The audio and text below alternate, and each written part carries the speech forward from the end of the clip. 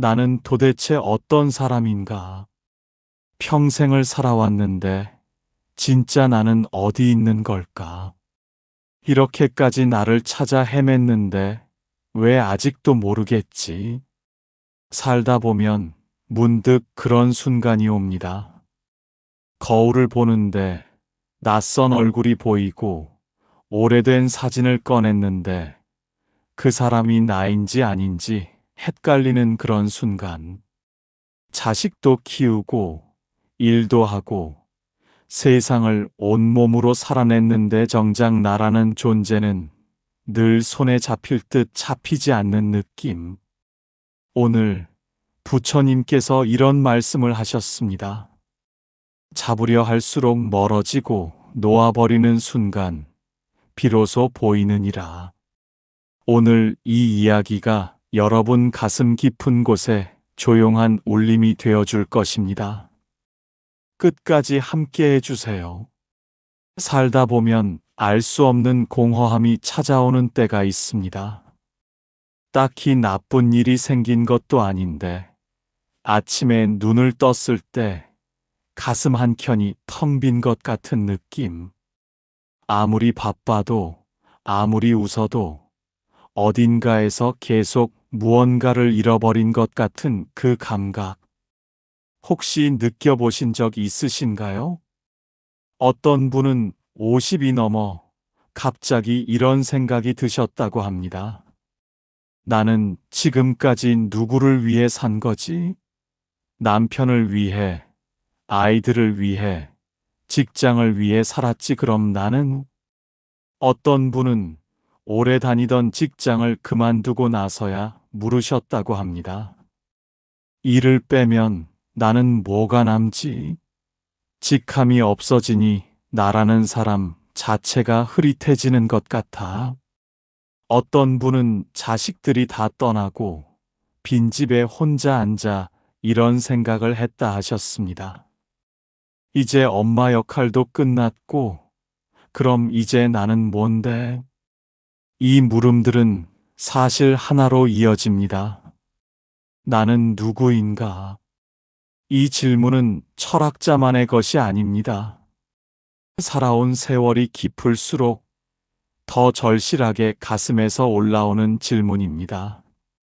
오늘은 그 질문을 들고 스승을 찾아간 한 제자의 이야기를 함께 나누겠습니다.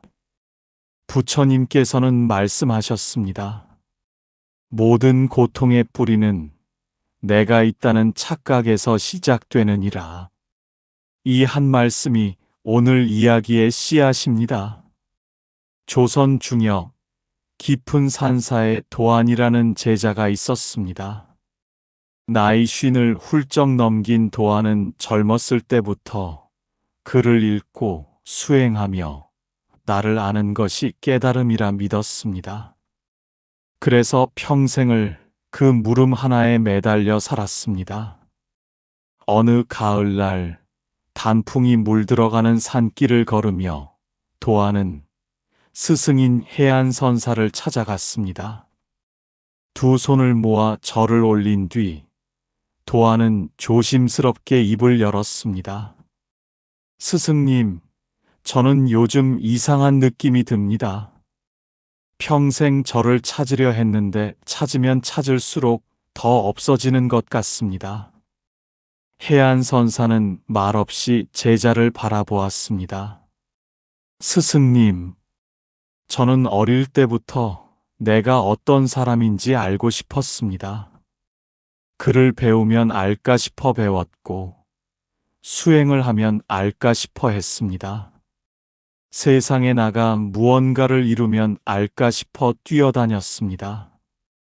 그런데 이제 돌이켜보면 알아지기는커녕 더 모르겠습니다. 도안의 목소리가 떨렸습니다. 자식들은 다 컸고 아내와 살아온 세월도 깊은데 정작 저는 누구인지 모르겠습니다. 이 서러움이 어디서 오는지도 모르겠고 이 허전함을 어디서 채워야 할지도 모르겠습니다. 스승님, 저는 평생 나를 찾았는데 왜 아직도 없는 것입니까? 눈물 한 방울이 도안의 볼을 타고 내려왔습니다. 바람이 솔숲을 지나는 소리만 조용히 들렸습니다. 해안선사는 눈을 감은 채 한참 침묵 속에 있었습니다. 한참 만에 해안선사가 눈을 떴습니다. 도안아, 저 강물을 보아라. 선사가 멀리 흐르는 계곡 물을 가리켰습니다. 저 물은 어디서 왔느냐? 도안이 대답했습니다. 산 위에서 흘러내려왔습니다. 그렇다. 그러면 저 물은 지금 어디 있느냐? 저기 흘러가고 있습니다. 맞다. 그 물은 한순간도 같은 물이 아니니라.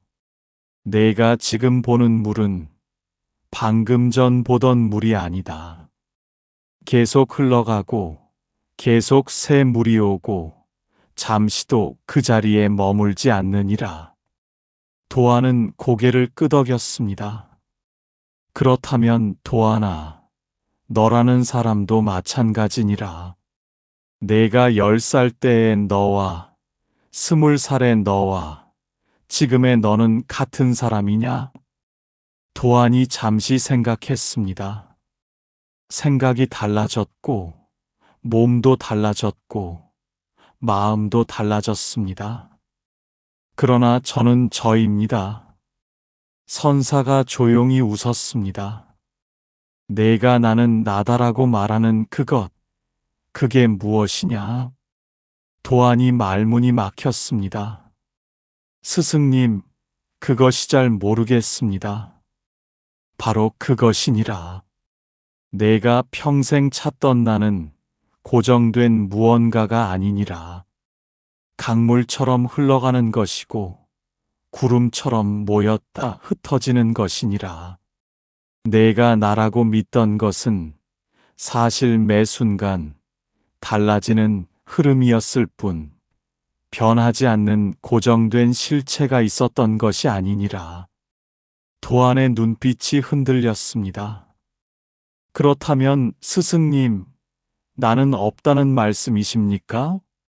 없다고도 할 수 없고 있다고도 할 수 없느니라. 다만 내가 믿어온 그 고정된 나는 처음부터 없었던 것이니라. 그것이 충격적인가? 도안은 한동안 말을 잇지 못했습니다. 나뭇잎 하나가 바람에 실려 그의 무릎 위로 내려앉았습니다. 도안이 천천히 입을 열었습니다. 스승님, 그렇다면 저는 지금까지 없는 것을 찾아 헤맨 것입니까? 선사가 고개를 저었습니다. 찾는 행위 자체가 잘못된 것이 아니니라. 다만 찾는 방법이 달라야 하느니라. 어떻게 찾아야 합니까? 선사가 말했습니다. 어떤 사람은 나를 알기 위해 더 많은 것을 쌓으려 하느니라. 더 많이 배우고, 더 많이 가지고, 더 높이 올라가면 내가 보일 것이라 믿느니라.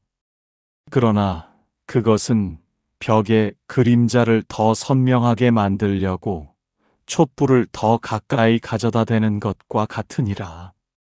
그림자는 더 진해지지만 그림자는 여전히 그림자일 뿐이니라. 도안이 귀를 기울였습니다. 반면 어떤 사람은 비우기 시작하느니라. 내가 누구인지 알기 위해 내가 아닌 것부터 하나씩 내려놓는 것이니라. 나는 이런 사람이야 라고 믿어온 것들을 하나씩 물어보는 것이니라. 이것이 진짜 나인가? 이것은 내가 살면서 덧입힌 옷인가? 어떻게 그것을 구분합니까? 첫째, 아침에 눈을 떴을 때 스스로에게 물어보아라. 오늘 나는 무엇을 원하는가? 남이 원하는 것이 아니라 정말 내 안에서 올라오는 것을. 둘째, 누군가에게 상처받았을 때 물어보아라. 왜 이것이 나를 아프게 하는가? 상처받는 곳에 집착이 있고, 집착이 있는 곳에 아직 내가 매달린 허상이 있느니라. 셋째, 하루를 마치며 오늘 내가 한 일 중 진짜 기쁜 것이 있었는지 살펴보아라. 칭찬받아서 기쁜 것이 아니라 아무도 몰라도 내 안에서 올라오는 기쁜 말이니라. 도안이 조용히 고개를 끄덕였습니다. 넷째, 한 달에 한 번은 고요한 곳에 앉아 이렇게 물어보아라. 나는 지금 행복한가? 행복하지 않다면 무엇이 나를 붙잡고 있는가? 스승님, 그것을 매일 할 수 있겠습니까? 하루 단 5분이면 충분하느니라. 중요한 것은 꾸준히 자신에게 정직하게 물어보는 것이니라.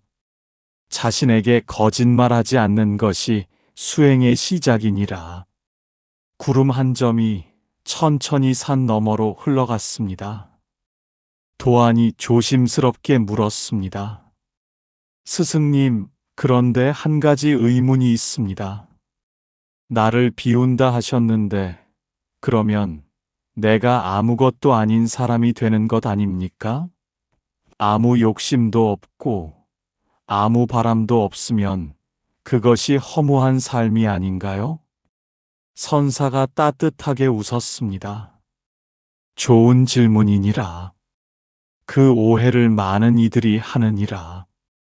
비운다는 것은 없어진다는 뜻이 아니니라. 저 산을 보아라. 그 산은 봄에는 꽃을 피우고, 여름에는 짙은 녹음을 들이우고, 가을에는 단풍으로 물들고, 겨울에는 흰 눈을 이느니라. 그런데 산 자체는 바뀌었느냐? 바뀌지 않았습니다. 그러하니라. 비운다는 것은 산이 계절을 받아들이는 것과 같으니라. 집착을 버린다는 것은 감정도 욕망도 없애는 것이 아니라 그것들이 왔다가 가도록 내버려 두는 것이니라. 봄꽃이 피었다고 산이 이 꽃이 나다라 집착하지 않듯이. 도안이 고개를 끄덕이다 다시 물었습니다. 하지만 스승님, 저는 지금껏 나는 이런 사람이야라는 믿음이 있었기에 버틸 수 있었습니다. 그것마저 없애면 무엇에 기대어 살아야 합니까? 그것이 바로 흔한 착각이니라. 첫째 착각, 나를 알면 모든 것이 해결된다는 것이니라. 그러나 나를 아는 것은 끝이 아니라 시작이니라. 둘째 착각, 내가 없으면 삶이 허무해진다는 것이니라. 그러나 허무함을 느끼는 것은 있는 것에 집착했기 때문이지 비워서가 아니니라. 셋째 착각, 나를 잃으면 관계도 무너진다는 것이니라. 그러나 진정한 관계는 나를 내세울 때가 아니라 나를 잠시 내려놓을 때 비로소 깊어지느니라. 도안의 눈이 크게 떠졌습니다. 스승님, 그렇다면 제가 지금껏 나라고 굳게 믿어온 것이 사실은 두려움을 가리기 위해 만들어낸 것이었을 수도 있겠군요. 이제야 보이기 시작하느니라. 바람이 지나가는 소리가 들렸고 두 사람 사이에 잠시 고요한 침묵이 흘렀습니다. 도안이 천천히 물었습니다. 스승님, 그렇다면 일상 속에서 이것을 어떻게 알아볼 수 있겠습니까? 저는 산사에서만 사는 것이 아니라 사람들 사이에서 살아야 하는데. 선사가 차분하게 답했습니다. 이런 사람을 만나거든 주의해서 보아라. 누군가 말 한마디에 크게 흔들려 하루 종일 기분이 상한 사람. 그 흔들림은 상대가 틀려서가 아니니라. 내 안에 나는 이래야 한다는 굳은 틀이 있기 때문이니라. 그 틀에 금이 가면 내가 흔들리는 것이니라. 그러면 어떻게 해야 합니까? 흔들릴 때마다 이렇게 물어보아라. 내 안에 무엇이 지금 움직이는가? 상대에게 시선을 두지 말고 내 안을 들여다보아라. 대부분의 상처는 상대가 주는 것이 아니라 내 안의 집착이 스스로 만드는 것이니라. 도안이 조용히 고개를 끄덕였습니다. 또 이런 일이 생기거든 살펴보아라. 남이 잘 되는 것을 볼 때 가슴이 불편한 경우, 그것은 시기심이 아니니라. 나는 왜 저렇게 못됐나라는 자기 비교에서 오는 것이니라. 그 뿌리는 나는 이만큼은 되어야 한다는 고정된 나의 상이니라. 도안이 낮은 소리로 말했습니다. 저도 그런 적이 있었습니다. 그러니라. 또 있느니라. 누군가 내 의견을 무시했을 때 굉장히 화가 나는 경우, 그 화는 상대가 틀려서가 아니니라.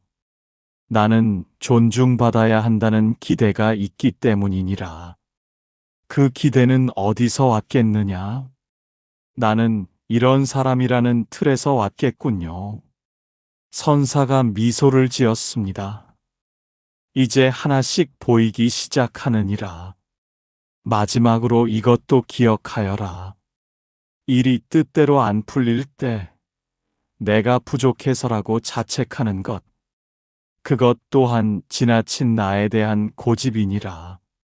일은 수많은 인연이 얽혀 흘러가는 것이니라.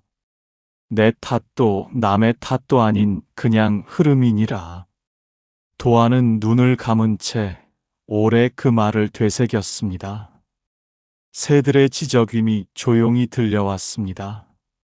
한참 침묵이 흐른 뒤 도안이 눈을 뜨며 말했습니다. 스승님, 저는 오늘까지 나를 안다는 것이 어떤 큰 깨달음을 얻는 것이라 생각했습니다. 그런데 지금 이 순간 느끼는 것은 오히려 내가 없다는 것을 받아들이는 것이 더 큰 자유인 것 같습니다. 선사가 눈을 빛냈습니다. 그것이니라.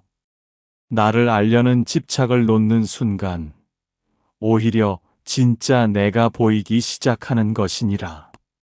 마치 손에 흙탕물이 담긴 그릇을 들고 흔들면 아무것도 보이지 않다가 내려놓고 가만히 두면 흙이 가라앉고 맑은 물이 드러나듯이 말이니라. 도안의 가슴이 뜨거워졌습니다. 그렇다면 스승님, 진짜 나는 무엇입니까? 선사가 말했습니다. 지금 이 순간 도안아, 내가 숨을 쉬고 있느냐? 예, 쉬고 있습니다. 그 숨이 나를 위해 쉬어지느냐? 도안이 생각했습니다. 아닙니다. 그냥 쉬어지고 있습니다. 그러하니라. 심장이 뛰는 것도, 눈이 보이는 것도, 귀가 들리는 것도 모두 내가 한다고 할 수 없는 것들이니라. 생명이 스스로 살아가고 있는 것이니라. 그 생명 자체가 나이니라.